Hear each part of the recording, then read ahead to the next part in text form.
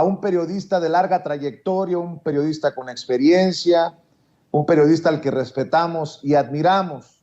Es escritor, es autor del libro García Luna, El Señor de la Muerte.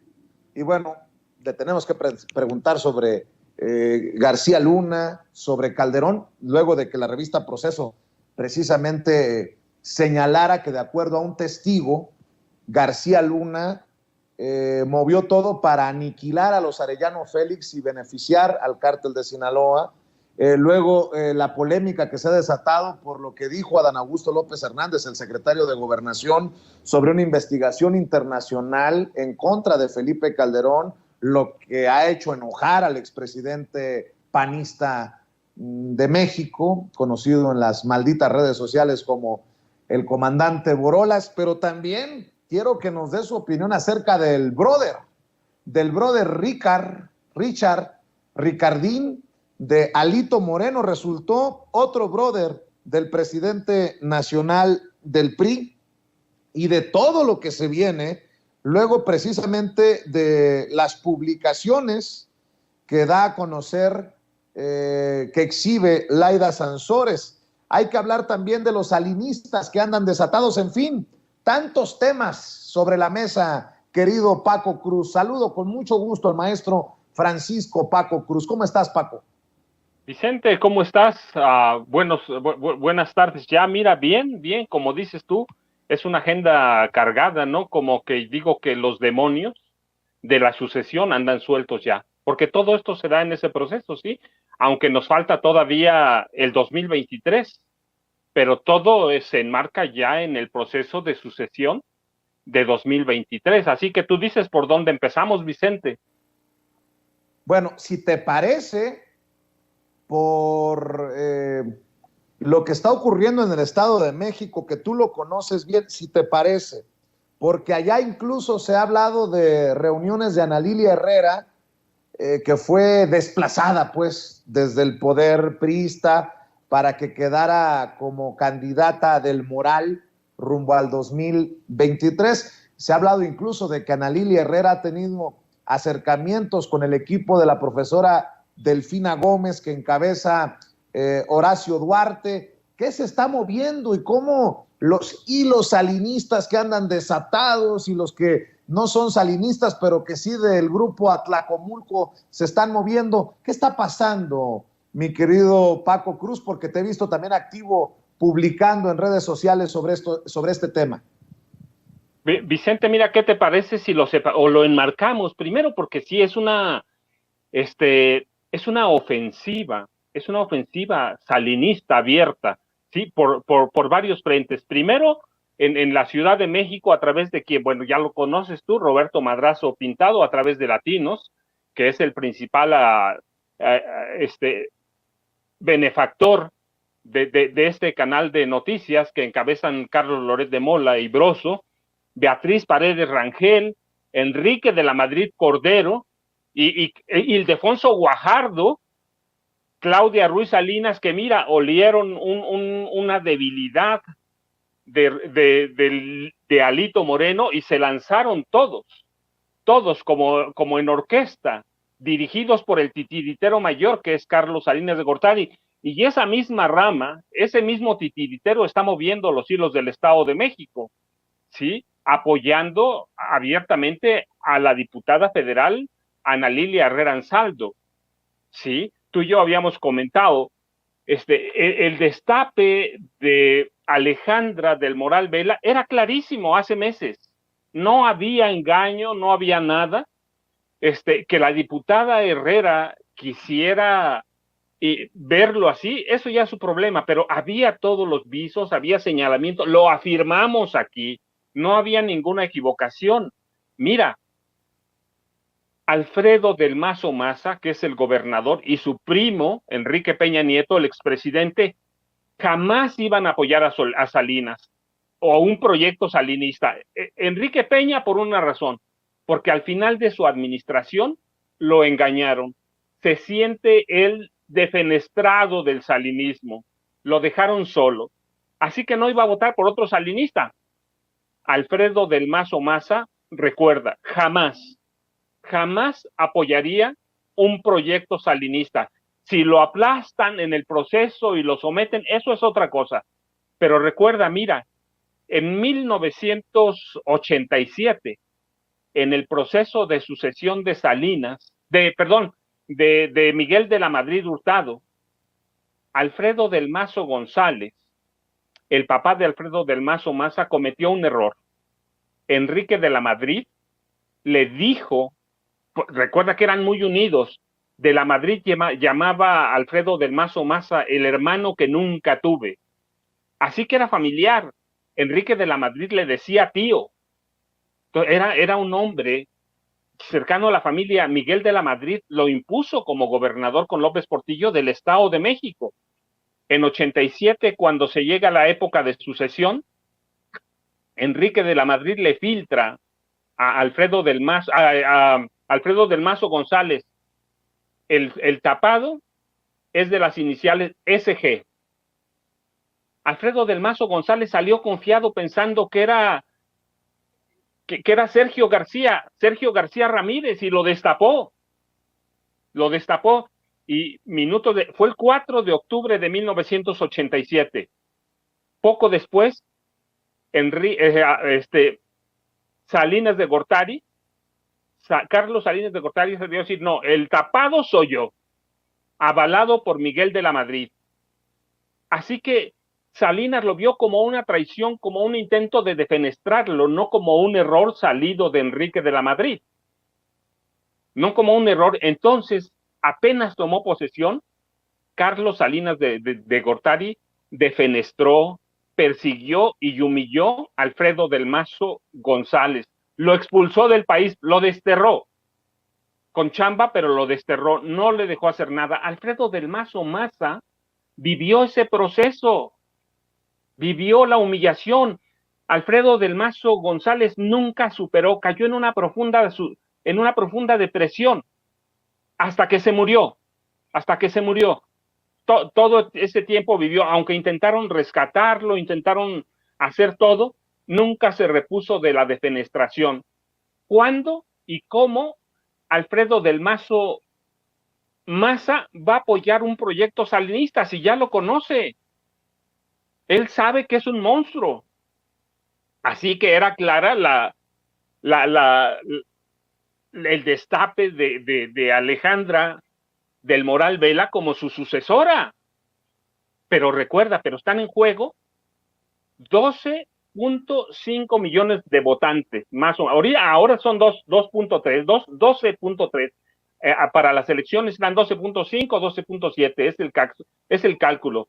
Así que los salinistas que hay en el grupo Atlacomulco, encabezados por Arturo Montiel Rojas, tío de Peña, y Emilio Choife Chemor, hay dos salinistas que están empujando a Ana Lilia para que encabece un ataque frontal al gobernador del Estado de México. Es eso, un ataque frontal, una rebelión abierta, ¿sí? Ana Lilia Herrera Ansaldo no tendría sola fuerza para enfrentar al expresidente Peña, tampoco al gobernador Alfredo del Mazo. Ahora mira, hay otra. En 2017, cuando estaba en juego la sucesión del Estado de México, Ana Lilia Herrera Ansaldo le tendió una trampa abierta a Alfredo del Mazo Maza y se autodestapó como candidata a la gubernatura. Fue necesario un manotazo del presidente Enrique Peña para que Ana Lilia se sometiera, agachara la cabeza y aceptara a Alfredo del Mazo Maza. Y luego tienes otro jugador ahí también, Erubiel Ávila Villegas, otro salinista que nunca se ha llevado bien con Del Mazo. Así que Del Mazo no tuvo ninguna duda, Peña tampoco. Así que hoy es el proyecto salinista contra el proyecto del expresidente Peña y de Alfredo del Mazo Maza. ¿Quién va a tener más poder? Bueno, pues ya lo veremos de aquí. En enero es el destape abierto. Sí, ahora la Alejandra del Moral Vela, que además, mira, hay que decirlo, viene con Enrique Peña Nieto y con Alfredo del Mazo Maza desde 2004, ¿eh? Y otra cosa que debemos recordar, Alejandra del Moral Vela fue artífice del fraude para imponer Alfredo del Mazo Maza como gobernador del Estado de México. Ella era la dirigente del PRI y ella fue el artífice del fraude. Sin ese fraude, Alfredo del Mazo Maza no habría sido nunca gobernador y habría ganado como ganó la maestra Delfina Gómez Álvarez. En ese ataque frontal Oye, que Paco, encabeza la diputada Ana Lilia Herrera, respaldada por el salinismo, pues mira, hubo una reunión que ya no se desmintió, hubo una reunión con la maestra Delfina Gómez Álvarez el fin de semana. ¿Sí? Dijeron que fue un encuentro fortuito, de producto de la casualidad. Sí, mira, yo digo qué casualidad, un evento en el mismo lugar, a la misma hora, y solo les faltó decir en el mismo salón.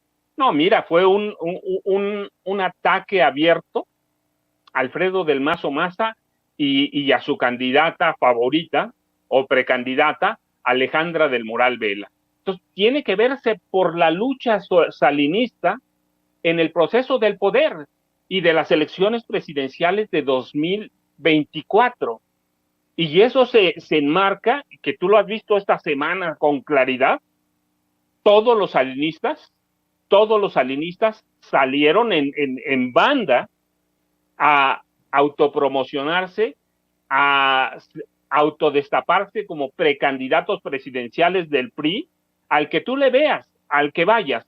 Enrique de la Madrid, recuerda, mira, nada más un recuerdo, el 13 de febrero de 2009, Miguel de la Madrid Hurtado dio una entrevista a radio y televisión, se la dio a Carmen Aristegui, y en esa entrevista, Miguel de la Madrid Hurtado acusó de corrupción a Carlos Salinas de Gortari, y a Raúl Salinas de Gortari lo acusó de estar involucrado con el narcotráfico.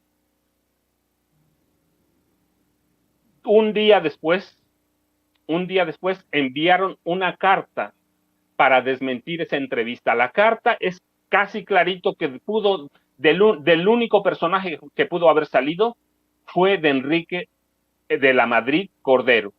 Sí, prefirió hacer pasar a su padre como loco y apoyar a Salinas. Finalmente ya se iba a morir su padre y a partir de allí despegó su carrera política. Es un tipo mediocre. Bueno, nada más hay que oír lo que a quién quiere como secretaria de Gobernación. Sí, entonces yo recuerdo algunas preguntas de aquella entrevista que le hicieron cuando acusa a Raúl Salinas y a Carlos Salinas de corrupción y de involucramiento con el narcotráfico. Le preguntan con quiénes tiene relación y el presidente o el expresidente de la Madrid señaló, no sé exactamente lo que le dieron dinero para los que le dieron dinero para llevárselo a Suiza, a Raúl Salinas. Acuérdese que un grupo de empresarios reconocieron una parte de ese dinero. Le preguntan, ¿por complicidad? ¿Era dinero del narco? Y responde el expresidente Miguel de la Madrid, seguro que sí. Entonces, es el grupo salinista en pleno. Y luego, bueno, de Beatriz ya platicamos.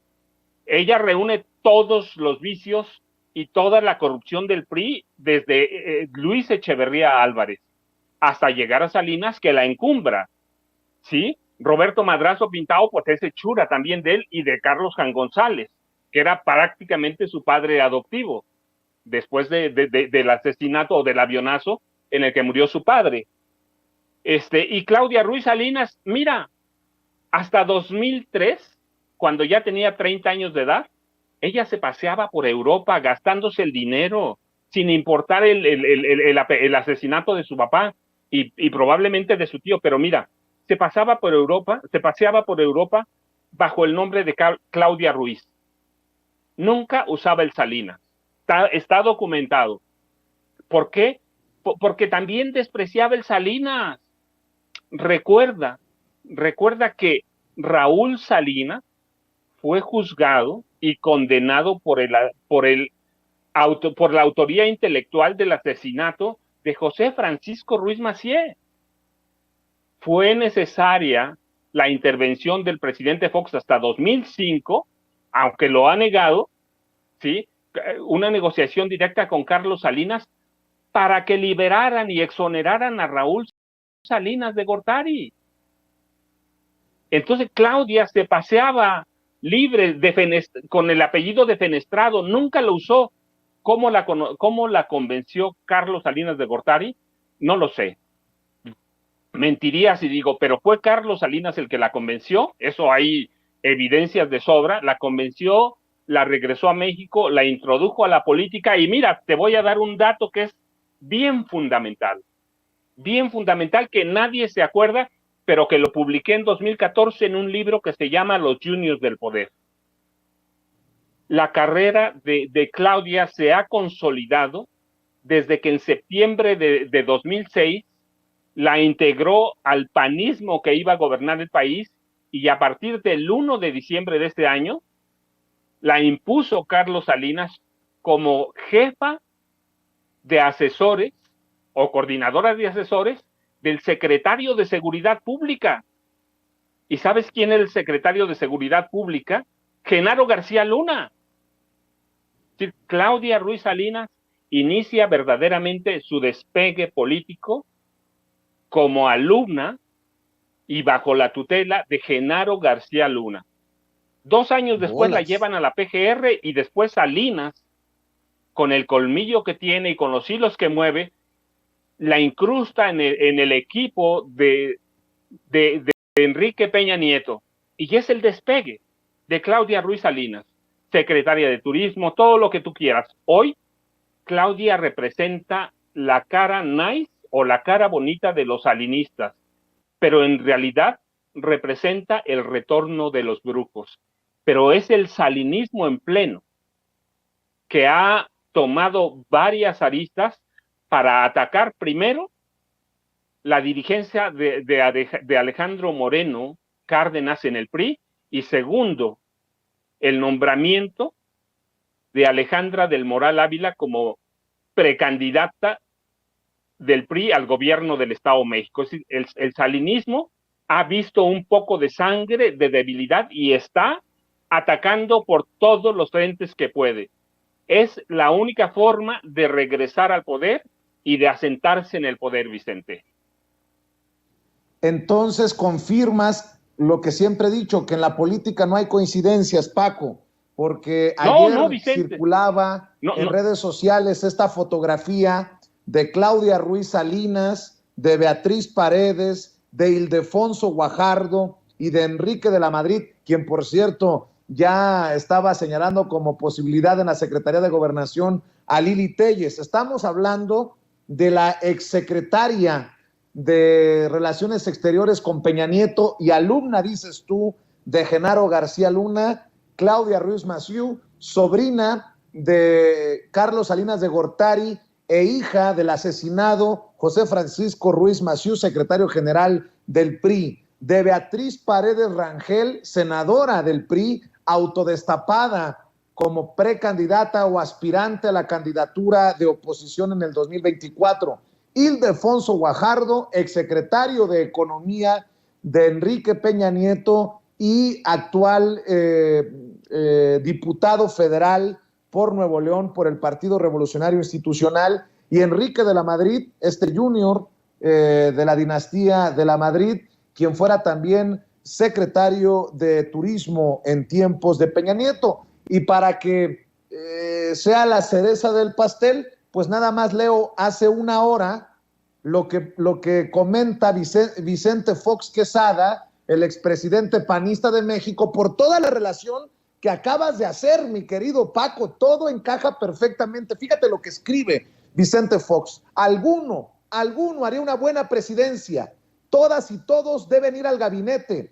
Otro tanto debe aportar el PAN y el PRD. Imagínense ese gabinetazo de coalición chingón. Vamos, México, sí se puede. Pues el gran panista aplaudiendo a los priistas que se reúnen ahí frente al Monumento a la Revolución, mi querido Paco. Pero claro, Vicente, nada más recuerda. ¿Por qué Vicente Fox movió los hilos de la presidencia para que un juez federal perdonara, exonerara y liberara a Raúl Salinas? Tienes que recordar que en el gobierno de Salinas, Carlos Salinas de Gortari ordenó reformar la Constitución para que el hijo de un mexicano de un extranjero pudiera ser presidente de la República. Recuerda que antes tenía que ser mexicano, hijo de padres mexicanos, nacidos en México. Carlos Salinas de Gortari reformó la Constitución para abrirle la puerta a Vicente Fox Quesada. Todo mundo en aquella época, recuerda, pensaba que le estaban abriendo la puerta a Carlos Jan González, que parecía, porque luego aclararemos esto, hijo de alemán, que en realidad era un hijo de mexicano, pero parecía hijo de alemán y creían que era la dedicatoria para Carlos Jan González, pero era una dedicatoria para Fox. Recuerda, recuerda, Carlos Salinas le abrió la puerta al PAN para gobernar a través de las concertaciones. El PAN nunca ganó nada. Carlos Salinas se lo regaló. ¿Por qué? Porque la cúpula panista de esa época, encabezada entre otros por Diego Fernández de Ceballos, no solo validó el fraude electoral de 88, sino que encabezó las iniciativas para destruir y quemar las boletas electorales de 1988, en las que estaba el fraude escandaloso para impedir la llegada de Cuauhtémoc Cárdenas a la presidencia de la República. Entonces todo encaja, pero claro, y recuerda después, Fox traicionó al PAN y apoyó a Peña para llegar a la presidencia. Así que todo encaja muy bien. Y recuerda, Claudia desciende de una familia que desde los 50 se siente predestinada a gobernar. Raúl Salinas Lozano, su abuelo, pensaba que ellos pertenecían a una clase élite, a una sangre azul que debía gobernar este país por décadas. Recuerda que cuando Carlos Salinas en octubre de 87 es declarado o destapado como candidato presidencial del PRI, va con su padre y le dice, nos tardamos 24 años, pero llegamos. ¿Sí? Y va con su tío Antonio Ortiz Mena, que era el cacique de los economistas de este país, secretario de Hacienda en dos sexenios, y le dice, nos tardamos 24 años, pero llegamos, 25, dicen algunos, tardaron 24, pero llegamos a la presidencia. ¿Sí? Desde Raúl Salinas se sentían una clase privilegiada, se sentían los Kennedy de este país. Salinas intentó reinventar, Salinas Carlos, el concepto de realeza, y quiso emular al general Plutarco Elías Calles, jefe máximo de la revolución, para convertirse en el jefe máximo de la presidencia de este país. Nunca ha dejado de soñar con la presidencia. Claudia en ese proceso perdonó todo. Recuerda, a mí me queda muy grabado cuando Noroña le dice, pero Carlos Salinas mató a su papá, y que ella se va. Y esa es la realidad, los hilos de aquel asesinato en septiembre de 1994 llevaban a la oficina presidencial, terminaron por acusar a Raúl Salinas. Recuerda, a través de un complot en el que participaron varios detenidos, pero uno que nunca apareció, el diputado Manuel Muñoz Rocha. Y cuando todo mundo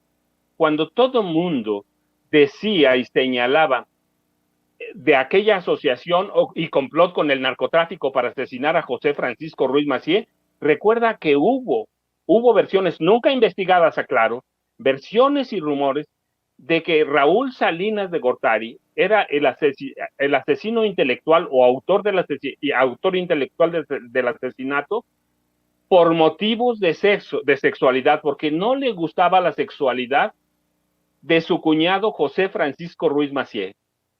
Sí, que ya vivía separado de Adriana Salinas de Gortari. Pero nunca se investigaron esos nexos, esos lazos. Cedillo tuvo miedo, recuerda, impuso a Mario, primero Carlos Salinas, y luego Cedillo, lo impusieron a Mario Ruiz Massieu como fiscal general o su procurador general para investigar ese asesinato, pero terminó suicidándose en Estados Unidos. ¿Sí? Que hubo y hay todavía muchas dudas sobre si se suicidó o lo suicidaron. ¿Para qué? Para que no revelara aquellos motivos por los que Raúl Salinas de Gortari había participado en el asesinato de su cuñado. Así que se quedaron allí pendientes hasta que lo exoneró un juez. Nunca más se volvió a saber nada, nunca más se volvió a decir nada, pero recuerda, Raúl no era una perita en dulce. Él fue responsable de importar a este país leche contaminada en 2009, ¿sí?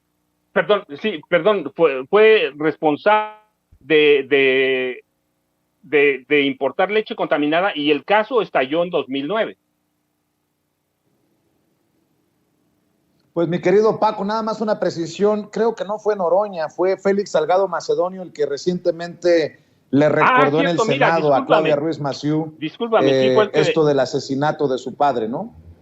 Sí, no, discúlpame, tienes razón, fue Félix Salgado Macedonio de Guerrero quien la detuvo y le dijo, sí, así que mi apunte estaba mal, pero no, todo lo demás es correcto, ¿sí?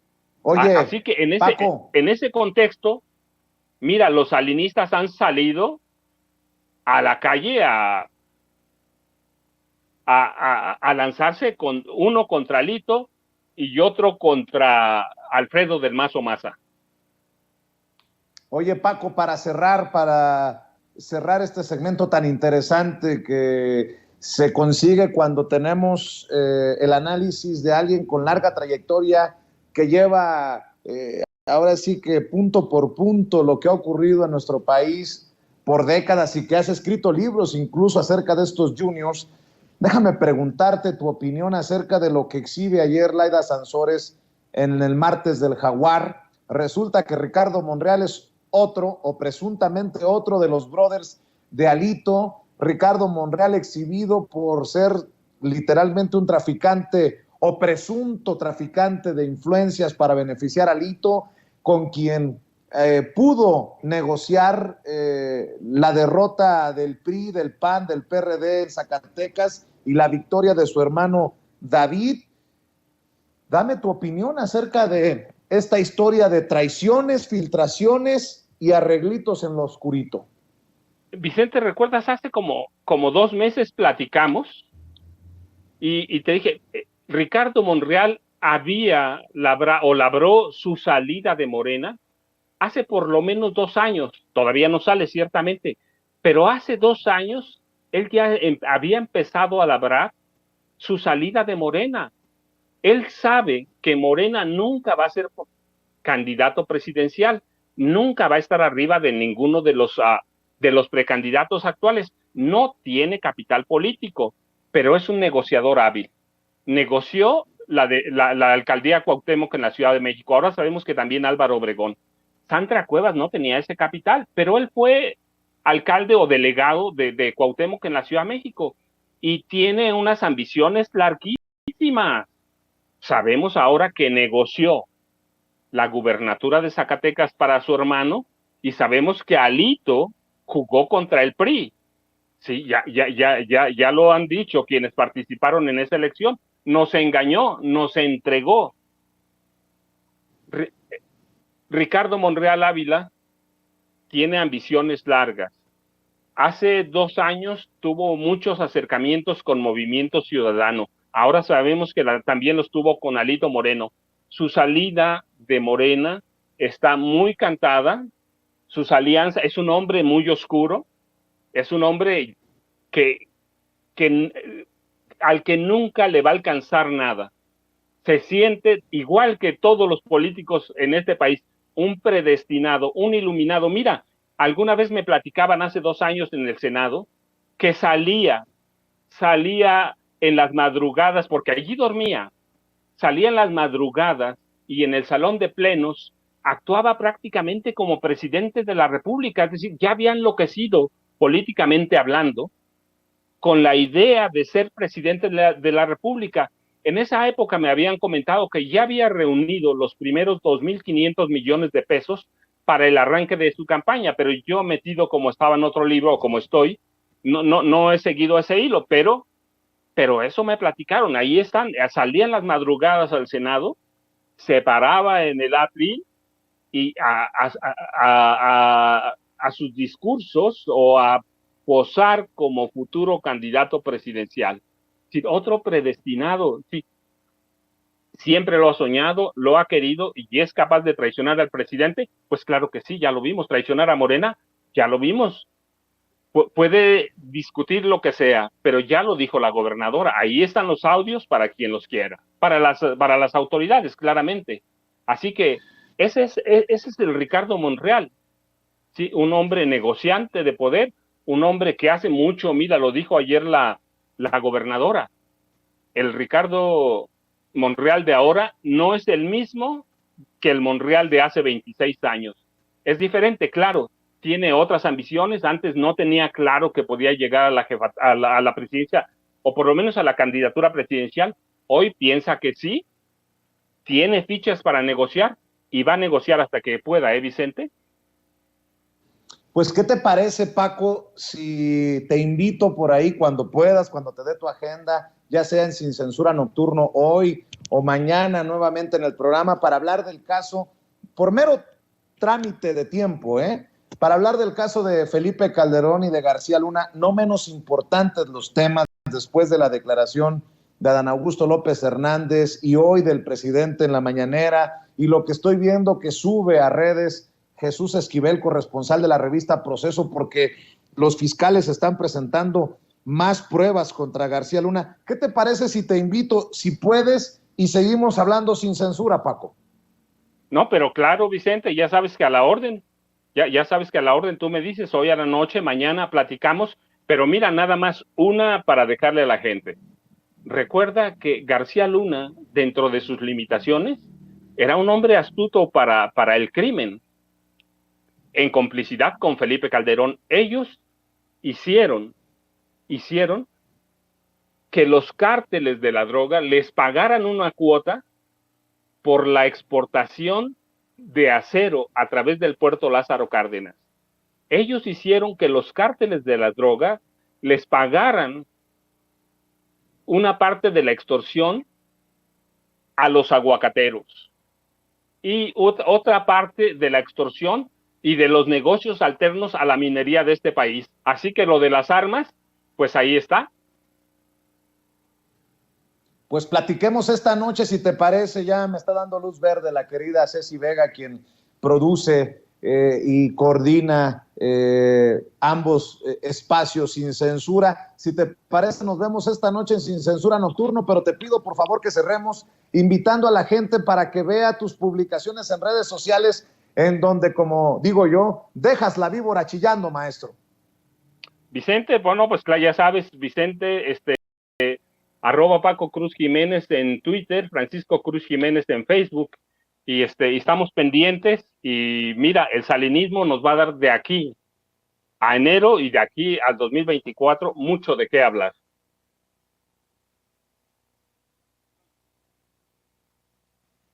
Miren, desafortunadamente perdimos la conexión con Vicente, pero bueno, aprovecho para saludar a Paco Cruz y para agradecerle también por esta. Mire, no dejo yo de escribir lo que está planteando Paco.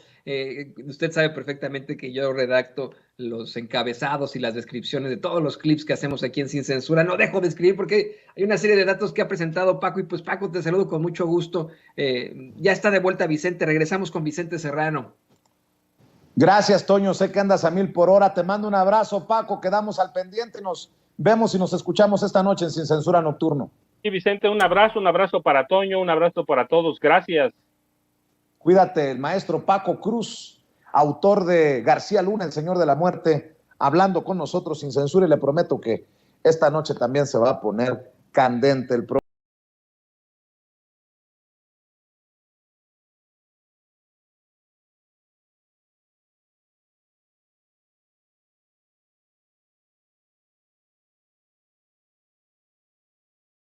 Viene a continuación, porque ya llegaron, y les agradezco primero su paciencia, porque han estado en el sistema ya un rato. Le mando un abrazo primero a Manuel Hernández Borboya, periodista, reportero en México de Actualidad RT y miembro de estas mesas de diálogo de Sin Censura. ¿Cómo estás, Manuel? Un abrazo, buenas tardes. Hola, ¿qué tal, Vicente? Buenas tardes, un saludo para ti, para el buen Ramiro y para toda la audiencia de Sin Censura. Gracias, Manuel. Un abrazo también para ti y saludo al sensei, al maestro, al escritor, analista y miembro de esta familia sin censura, Ramiro Padilla Tondo. ¿Cómo estás, Ramiro? Buenas tardes. ¿Qué tal, Vicente? Mis redes sociales, @Ramiro Atondo, @Chairo Ilustrado. Síganme. Bueno, déjenme iniciar con este tema que es polémico en la mañanera. Después de 3 años, la corresponsal de la revista Proceso vuelve a traer a la mesa la liberación de Ovidio Guzmán, el hijo de Joaquín Guzmán Loera, el Chapo. Le recrimina, por qué no decirlo así, al presidente la liberación de Ovidio hace 3 años y que pudo haber respondido a la presión de un grupo del crimen organizado. Pues por más que uno no quiera meterse en las líneas editoriales de otros medios, uno se pregunta si esto es para hacerle el caldo gordo a esas narrativas de la oposición que anda muy intensa en redes sociales, sobre todo, y en medios de comunicación corporativos, Manuel. Sí, pues yo no me queda muy claro por qué revivió todo ese tema de Ovidio. O sea, me parece un poco forzado ese asunto, cómo lo están llevando. Y pues cada que se cumple, me parece que tiene que ver con la fecha, que fue más o menos por estas fechas que se dio ese operativo, pero me parece que ya es como darle demasiadas vueltas a lo mismo, ¿no? O sea, ya López Obrador asumió la responsabilidad por ese asunto, ya se comentó y comentamos en su momento, pues de las inconsistencias que había entre el gobierno federal a la hora de explicar ese asunto, es decir, y que sigan con ese tema. O sea, me parece que pues ya es más una agenda política que periodística como tal, ¿no? O sea, realmente, pues ya, ¿qué más va a decir López Obrador que no haya dicho sobre ese tema? Y el hecho de pues, llevarlo a la conferencia matutina y todo ese rollo, pues a mí me da la impresión de que tiene más que ver con una agenda política de seguir posicionando el tema y que no muera ese asunto, ¿no? Que hay que seguirlo manteniendo en el imaginario colectivo, porque realmente noticiosamente, pues siento que no te da ya mucho ese tema para seguirlo explorando, ¿no? Y yo lo que a veces me pregunto es, habiendo tantos temas para investigar, y si realmente quisieran encontrarle cosas a López Obrador, podrían ponerse a investigar de veras, ¿no? O sea, pero como salir a refritar los mismos temas una y otra vez, y que eso les va a dar pues rendimientos o tema de conversación para seguir posicionando pues un asunto ya más que refriteado, pues ya me parece pues algo poco necesario, ¿no? O sea, realmente pues ya que más le van a escarbar por ahí. O sea, por más que salgan cosas en Guacamaya Leaks y demás, pues lo intentó también Carlos Loret hace poco, reviviendo ese asunto y no le pegó. Entonces se ve que en algunos medios con una afinidad considerable hacia el bloque opositor, pues siguen con esa línea discursiva, ¿no? Pero pues realmente no les ha pegado hasta ahorita y no creo que les vaya a volver a pegar. Así es. Me dio mucho gusto saludarte, Ramiro Padilla Tondo. Compártenos tus redes sociales.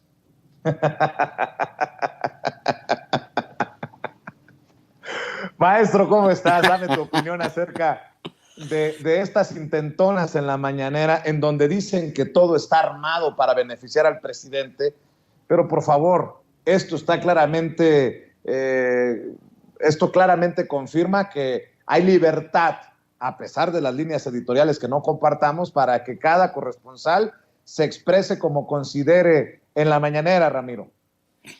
Es que, como bien lo planteaba Manuel, hay esta idea estúpida heredada de Felipe Calderón y sus secuaces de que pues al fuego se combate echándole gasolina.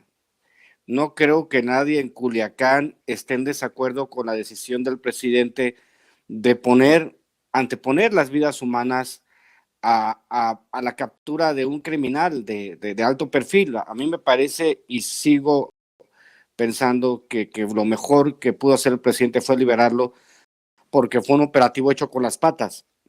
Entonces, en este sentido, que ella venga a sacar el tema de Ovidio, porque si si sacan el tema de Ovidio hace 3 o 4 años, al rato van a sacar igual que Xóchitl Gálvez, que trabajaba López Obrador para Echeverría, ¿no?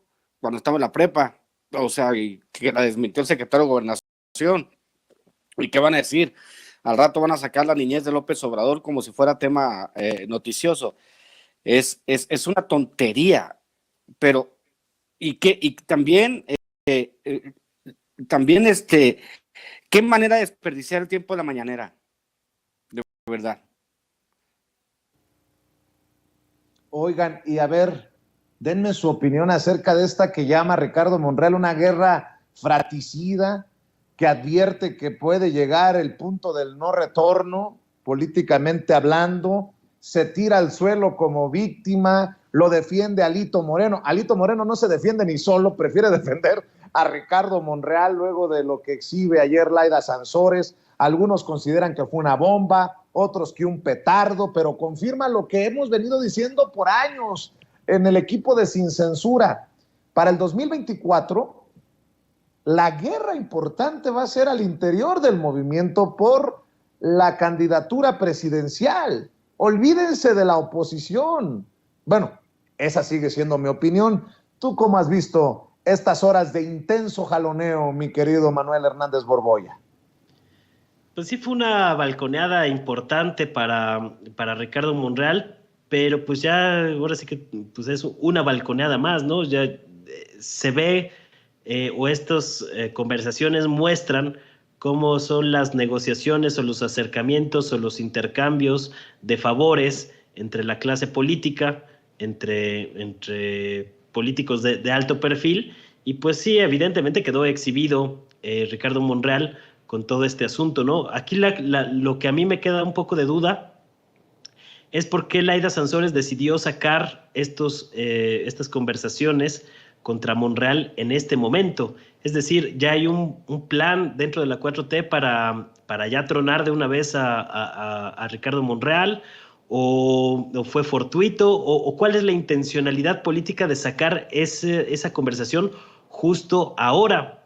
Ya sabemos que Monreal desde hace un rato pues tiene pues pie y medio fuera de la 4T, pero que todavía se aferra ahí, ¿no? Yo creo que Monreal está esperando como un momento para subir el costo de su salida de Morena y poder pues obtener algo de ese asunto. Y no sé si de repente ya habrá algún plan para tronarlo desde ahorita, porque conforme se acerque la sucesión presidencial de 2024 y se tengan que definir campañas pues dentro de un año más o menos, a los candidatos de cada partido, pues más costoso va a ser una fractura en esos momentos. Entonces no sé si están adelantando algo de tiempos. Por ahí comentaba Laida Sansores que a Monreal ya lo tenían, estaba el cuerpo dentro de la 4T, pero el alma de Ricardo Monreal ya se había ido desde hace mucho tiempo y que ya lo veían como parte del bloque opositor. A mí me salen varias dudas. Yo no sé si Laida Sansores pues esté manejando ella por su propia cuenta. Veíamos estos señalamientos que hizo Claudia Sheinbaum hace rato aquí en tu programa, Vicente. Veíamos también lo que comentó López Obrador de que él no estaba muy de acuerdo con este asunto, pero yo no sé si se está manejando por su propia cuenta Laida o es parte de un proyecto más amplio dentro de algunos sectores de la 4T para tronar a ciertos enemigos, porque lo cierto es que Laida Sansores se ha convertido pues como en la golpeadora de la 4T, con estos martes del Jaguar, que han sido muy polémicos, muy sonados, que sobre todo pues van dirigidos contra Alito Moreno, que ya vimos que sí le apretaron las tuercas y lo doblaron completamente para algunos temas legislativos, pero lo que llama la atención es que ya no solo es contra Alito Moreno, sino con las personas que han tenido contacto con este personaje, y entre las cuales se incluye Ricardo Monreal.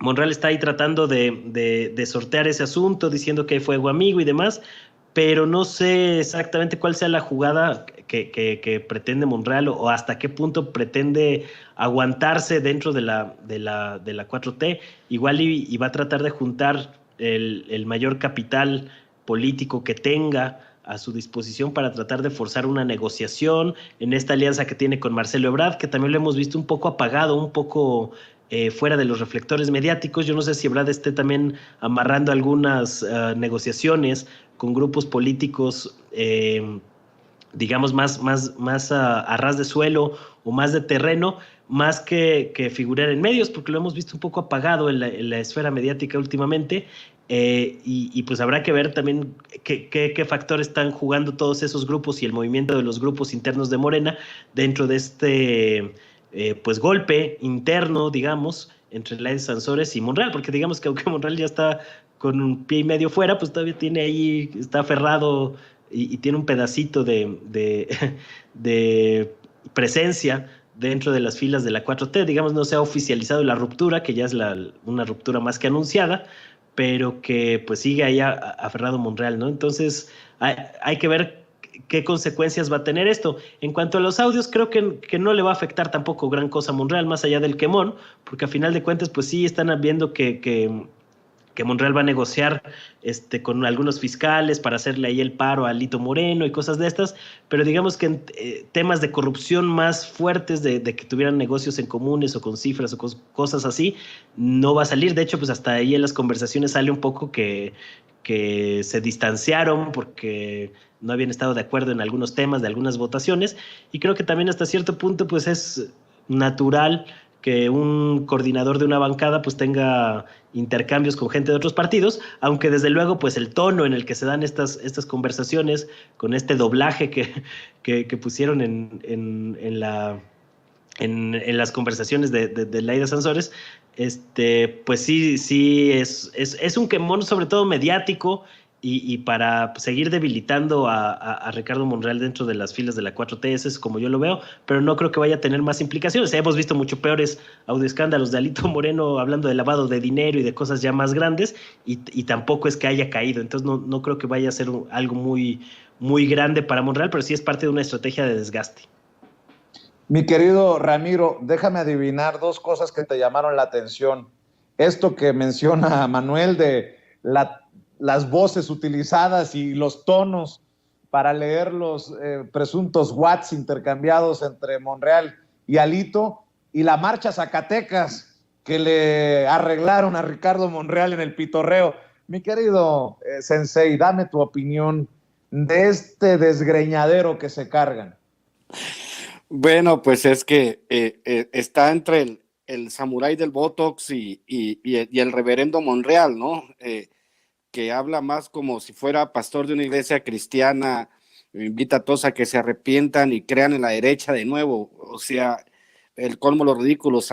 Anoche en la otra sección lo hablábamos, Vicente. Decía yo que obviamente cuando la línea discursiva de Monreal ha sido la de quiero reconciliar al país, el 80% del país no quiere reconciliación con la derecha después de todo lo que hicieron. Entonces, esa línea discursiva que intenta acercar sus posiciones al centro o a la derecha Monreal para digamos, si es candidato, que la clase media vote por él, cosa que no va a suceder.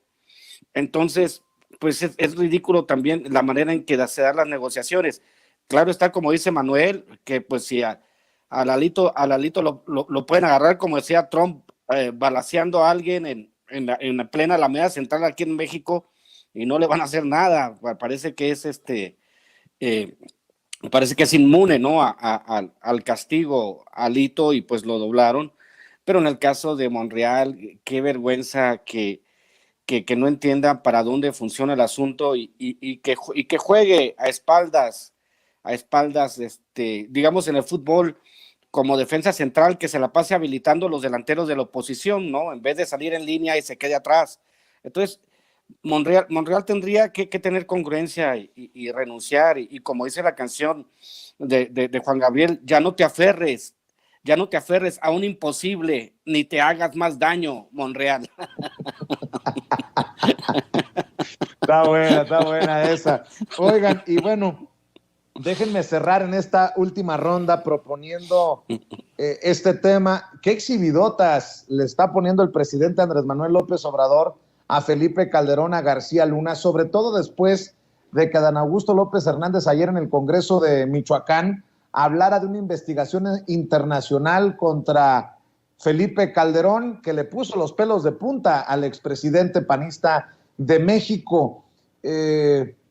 Pregunto yo, El presidente fue más mesurado que el secretario de Gobernación, pero ¿cómo ven esta posibilidad? Digo, es una posibilidad que aplaudiríamos muchos y que estaríamos esperando muchos esta investigación sobre Felipe Calderón, Manuel. Yo veo con muchas reservas esa supuesta investigación, ¿eh? Por ahí, Adán Augusto, yo lo siento más que está como tratando de meterse en la contienda presidencial de Morena, más que realmente tenga sustento esa supuesta investigación de Felipe Calderón. Hay quien ha dicho que sí se le ha investigado por esos temas. Por ahí estaba comentando Buscaglia, que Edgardo Buscaglia, que él sabía de una investigación de hace 2 años contra Calderón, pero que no era por esos temas. Y a mí me genera dudas, sobre todo por la manera en que se expresó Adán Augusto López ahí en Michoacán, diciendo que se le estaba investigando a Calderón por el tráfico de armas, o que estaban vendiendo armas o se convirtieron en traficantes de armas en el gobierno de Calderón, y que por esas mismas situaciones estaba siendo enjuiciado García Luna, cuando quienes hemos seguido el tema de García Luna, pues sabemos que no es por tráfico de armas, es por temas de lavado de dinero, enriquecimiento ilícito, contribuir al tráfico de cocaína con el cártel de Sinaloa. Entonces me parece que las palabras de Adán Augusto están medio a la ligera, más tratando de generar ahí comentarios en medios, reacciones, sobre todo después de los señalamientos que hizo Felipe Calderón y Ernesto Zedillo desde España, en contra del populismo y de la democracia y todos estos asuntos, y yo lo veo más como una respuesta en términos políticos que como algo realmente factible, ¿no? Casi todo el sexenio llevamos viendo que ahora sí están investigando a no sé quién, y ahora sí están investigando a Peña Nieto, y ahora sí están investigando a no sé cuál, pero que no ha pasado de la retórica. O sea, realmente los casos que se han judicializado, como el de Emilio Lozoya, quizá fue uno de los más sonados en su momento, el de Juan Collado y demás, pues no han pasado de ahí. Entonces yo creo que de repente la 4T abusa de estar hablando sobre investigaciones a políticos como una mera manera de posicionar algunos temas y azuzar el fuego, el golpeteo y el intercambio de golpes políticos, pero que falta consistencia. O sea, a mí me gustaría ver cosas más contundentes, que nos platiquen pues de las investigaciones o cómo han avanzado las supuestas investigaciones de la Fiscalía, por ejemplo, en el caso de Andorra, con todo este grupo de priistas que estaban escondiendo dinero allá, que estaba sumamente documentado y que no hemos visto que avancen esos temas. Entonces, a mí sí me parece que hay que tomar con mesura y con cautela esos dichos de Adán Augusto, que pues estamos viendo cómo está tratando de hacer de el golpeteo contra otros actores políticos del bloque opositor una forma de meterse ahí en la contienda presidencial. Lo vimos la semana pasada, pues dándose ahí de intercambios verbales con gente de Movimiento Ciudadano, tanto con Enrique Alfaro como con Samuel García, y vemos a un secretario de Gobernación que, contrario a lo que fueron sus primeros meses, que se veía más negociador, más operador político, pues ahora está en un plan muy poniéndose los guantes para subirse al ring cada que tiene oportunidad, pero yo al menos lo veo más como parte de un proyecto personal de Adán Augusto de tratar de meterse ahí en la contienda presidencial, más que como una estrategia que incluso venga desde el mismo presidente López Obrador, que es un poco más cauto en algunos de los señalamientos que hace, no sin dejar pasar, pues, y de una manera muy irónica, pues estos señalamientos que le hicieron Zedillo y Calderón, ¿no? Por ahí pues dijo, ahora resulta que Calderón está hablando de democracia cuando se robaron la presidencia en 2006, y Zedillo da clases de economía pues cuando aprobó el FOBAPROA, ¿no?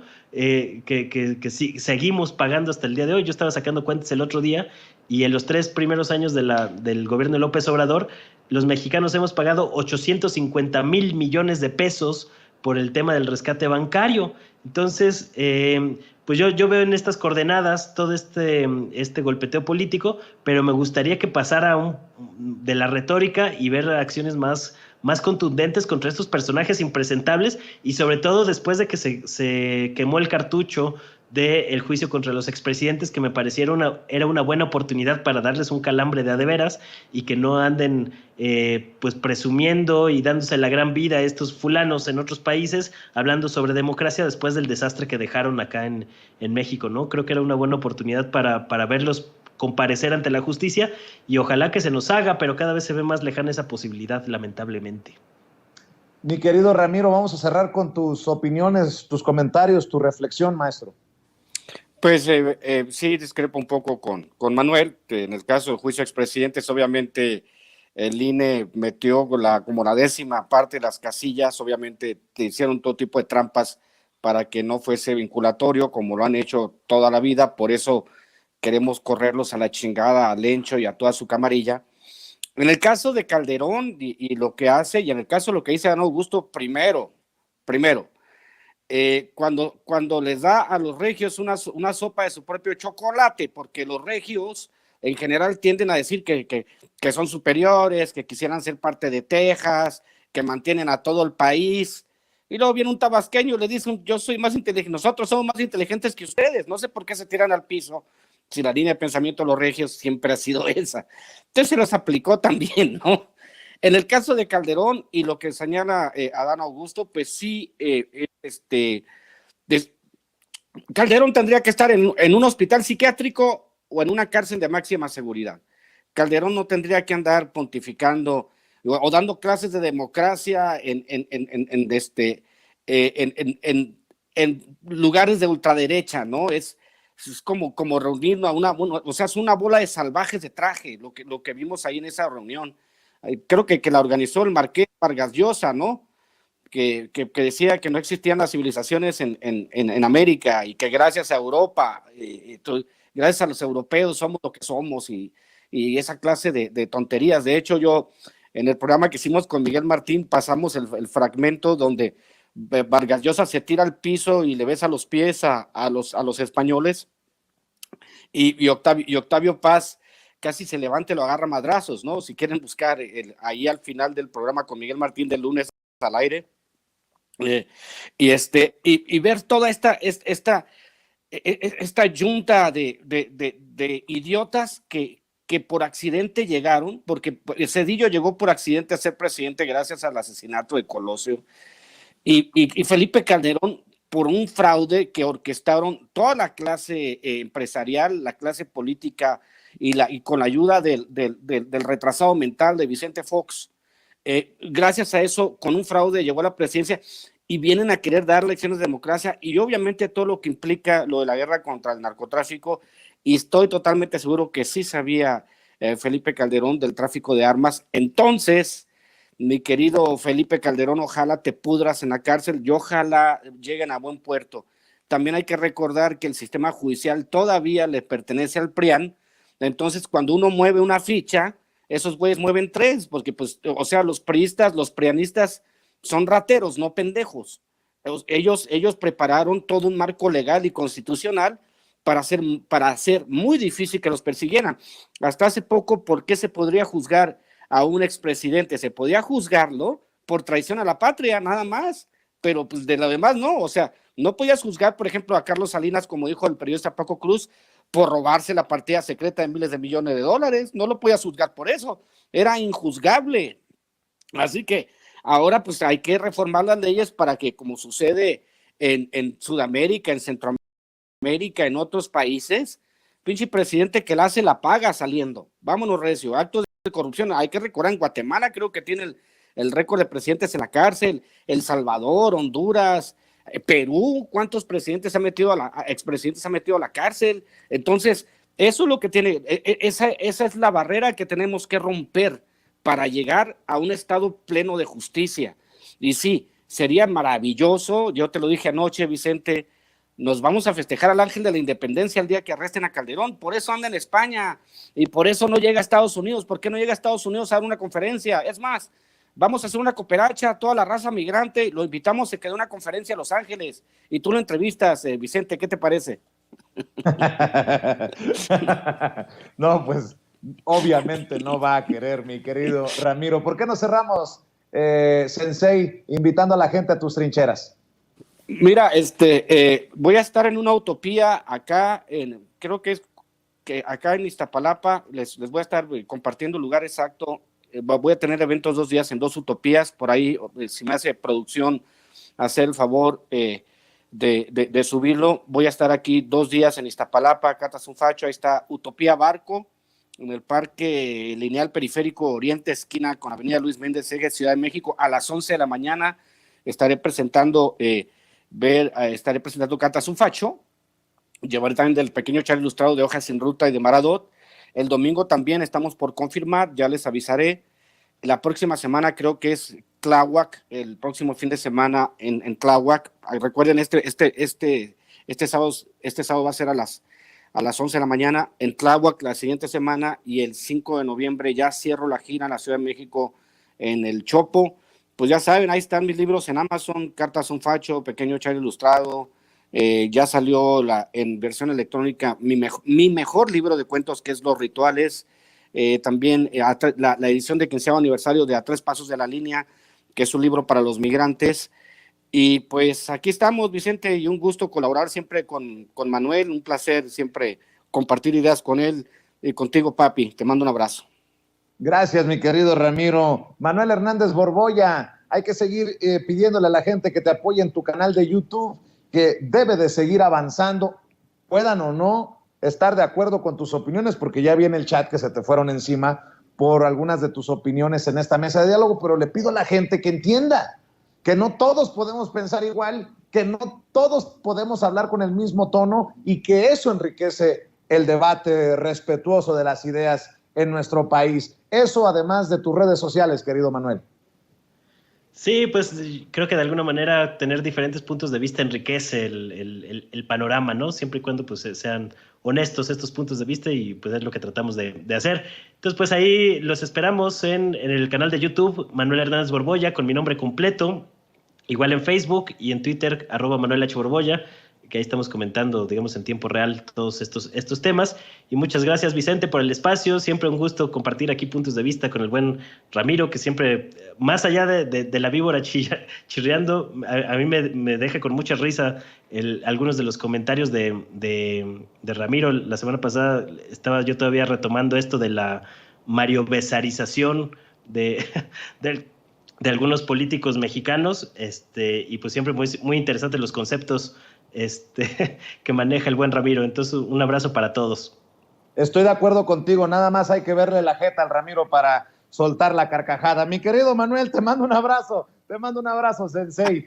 Gracias al querido Ramiro Padilla Tondo y a Manuel Hernández Borbolla por hablar con nosotros sin censura, y obviamente nos llevamos pesado, pero el que se lleva se aguanta, y bueno, eso es lo que hacemos en la familia Sin Censura. Le ofrezco una disculpa a amigos, amigas, regresamos en breve, pero mientras seguimos hablando sin pelos en la lengua, sin censura, usted puede suscribirse a nuestros 3 principales canales en YouTube.